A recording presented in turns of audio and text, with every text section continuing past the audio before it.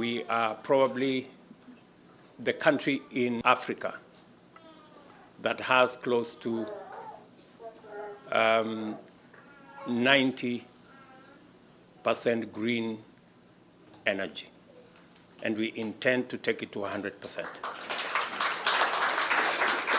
And we have a plan on how to leverage our position so that we can attract funds to be able to manage the damage and loss occasioned by climate change. And as you are aware, that's why we have huge drought in many parts of our country, not because of mistakes of our making, but the mistakes of others. And we had a candid discussion in Sharm el-Sheikh in Egypt on the big subject of loss and damage, which was elusive for the last almost 5 years.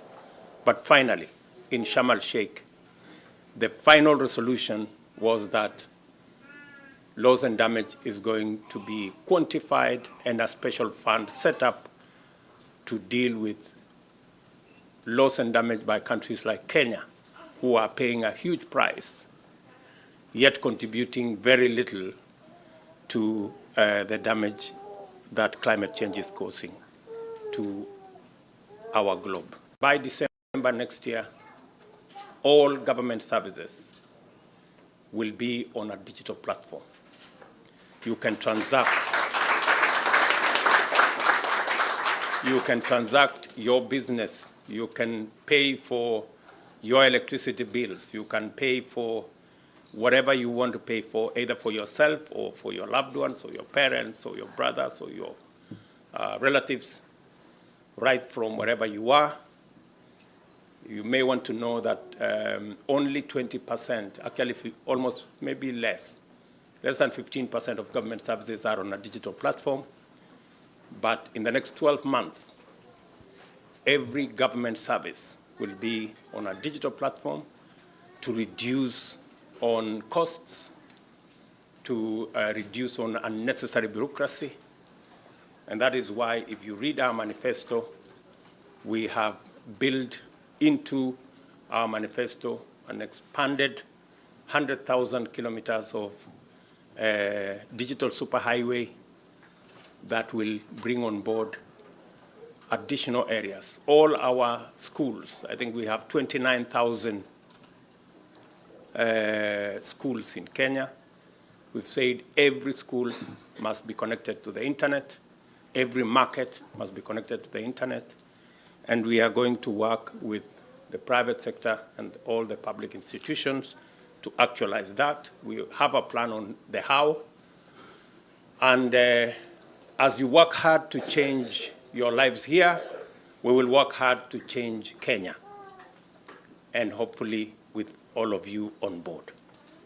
That's part of the conversation we're going to have with the good people and the government of Korea, because they already have supported us, and we work together on the Silicon Savannah in Konza. We have come here to transact business on behalf of the people of Kenya. We are looking forward to a couple of meetings. And amongst the items that we are looking to discuss with our counterparts here are matters of security and how we can enhance our security posture as a country, how we can build our Navy and other security agencies that will help us not just secure our country, but be able to exploit, much more importantly, as part of the program that we have, the blue economy. That's why, for the first time, I have set up a ministry that will be responsible for our blue economy, because we have huge resources.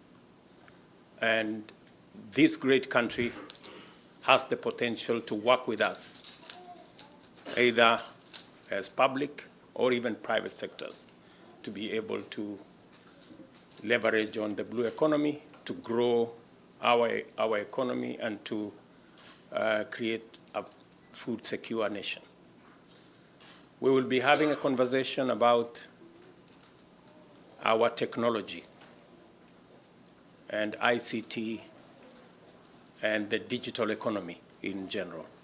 Again, I have set up a ministry responsible for creative economy and ICT that again will focus primarily on how we can leapfrog our country from where we are to the next level using technology.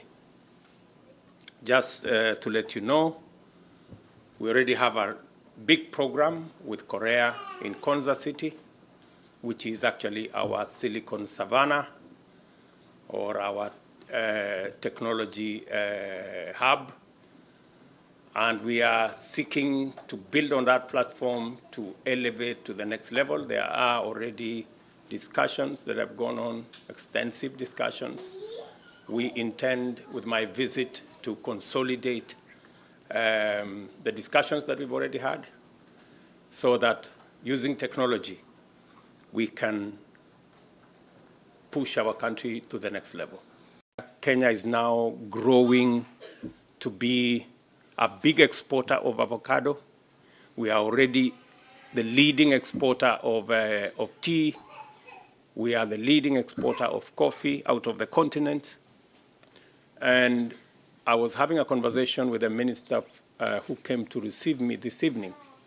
And I was telling him that the Lipton English breakfast tea and all these other teas that you hear about, those are actually Kenyan teas. The people who are calling it English breakfast, the English themselves, they don't have a single bush of tea. They don't, right? And our position is the following, that we are now going to have a common user facility in Mombasa, in the special economic zone in Dongokundu. As you're all aware, we are exporting 95% of all our tea unprocessed or semi-processed. That is going to change. My position is that in the next 5 years, at the minimum, we must move from 5% of processed tea to 50%. And then in the next 10 years, we should be processing every gram of tea leaving Kenya. That way, we will not only double our value of tea, but we will triple, maybe even quadruple the number of jobs that we create in that space. So we're going to be deliberate about what we're going to do. And I want to promise you that we're going to work together with you guys, continue sending us the good ideas that you have. We will continue to have a robust engagement. We're going to see how we can open channels of communication between your government and the citizens of our great country so that we can build this together. Our Kenyan coffee is one of the best coffees in the world, and most of the coffee taken out or taken all over is blended by the coffee. We bring coffee here, then it's sold, it's used to blend other coffee, and then we can get it back at very exorbitant prices. One thing I want to tell you that I'm aware of is that Korea has very good market for coffee. My predecessor somehow missed the export market for coffee here in Korea, because there is a trend that there are people that came from Korea all the way to Kenya, and they went to my own county, Meru, where they had serious discussions with people from Meru Cooperative Union, and their agreement was to have direct export for coffee in this particular country. But the necessary instruments or requirements that we were supposed to have done, somehow that did not take place, and I'm ready and willing to fast track that process to ensure that we have our coffee coming here to Korea so that you people will have the best coffee around. And secondly, we will be able to get a better price for coffee for our farmers that are doing it in Kenya. One of the things that we'll be doing, and that's part of the diaspora affairs, and we're working with the other colleagues of trade and agriculture and health and others, is to ensure that Kenyans are taken care of. That is why we'll have a trade office in the embassy that will be able to handle your issues in terms of importation, in terms of regulations, in terms of being able to open businesses and be able to support you. If we need letters so you can get credit in Kenya, we'll be able to write those letters. Because if you're making money here, it's good for you as a Kenyan, but it's also good for everybody else who is in Kenya, because you'll be able to remit money and we'll be able to get those goods here. One of the things that we are doing is that we are adding value to our products. So when we sell coffee, we don't want to sell raw coffee that comes here and then it's processed and then sent to the rest of the world. We'd like to sell coffee here that has already had value addition. It's already processed. South Korea buys flowers. They love flowers. They have flowers everywhere, you know. But the flowers they buy here are from Kenya, but they are stamped made in England, because they go to England and then they are brought here. We take our flowers to England, then they come here. The rest of the world, we went to other places, flowers are taken to Netherlands and then they're taken to other parts of the world. We want to be able to sell our flowers directly. Zinachunwa asubuhi kule Naivasha, by jioni ziko hapa, so that we maximize on the money without the middleman. And that's some of the things that Moses Kuria and Agriculture Minister that will be sitting down with their counterparts to discuss some of these things. Let's open up the markets for our people. And then the Kenyans can actually be importing the flour directly from Kenya. Sioni mzuri hiyo, together with other products. We're also working on a program for M-Pesa. If you want to send M-Pesa home, we want to work on a program so that you can actually use your numbers here and be able to M-Pesa straight home without money being lost in there. That M-Pesa system, pesa ile nyingi inabakia mfukoni. Within the next 6 months, our telcos, Safaricom, Airtel, Telecom Kenya, Jamii Telecom, they have come together to produce the first truly Kenyan handset. Yeah. We are trying to woo MTN of South Africa and Vodacom of South Africa into that project, so that it does not become just a Kenyan phone, but Kenya becomes a home of a truly African phone. We mean business, and we are going to reverse this trend. I want the next time we have this kind of bilateral meetings, I don't want to ask my president to come and knock the imbalance of trade between Kenya and South Korea that favors South Korea. I want to hear South Korean minister asking their president, please ask these Kenyans to come slowly. Sasa. You have made history as the first head of state and government of the Republic of Kenya to make an official state visit to the Republic of Korea. On behalf of the KCK Secretariat and all Kenyans resident in the Republic of Korea,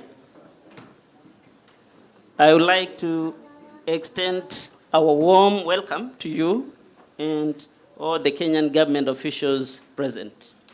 The Kenyan community in Korea was established in early 2007 to bring Kenyans living in Korea for bonding and finding solutions to the challenges that they faced from time to time.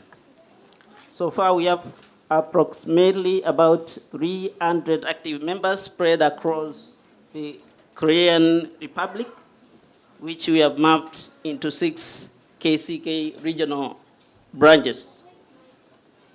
Your Excellency, we are grateful to the Korean government and the Korean people for hosting us and being so kind to us, even during the COVID-19 pandemic.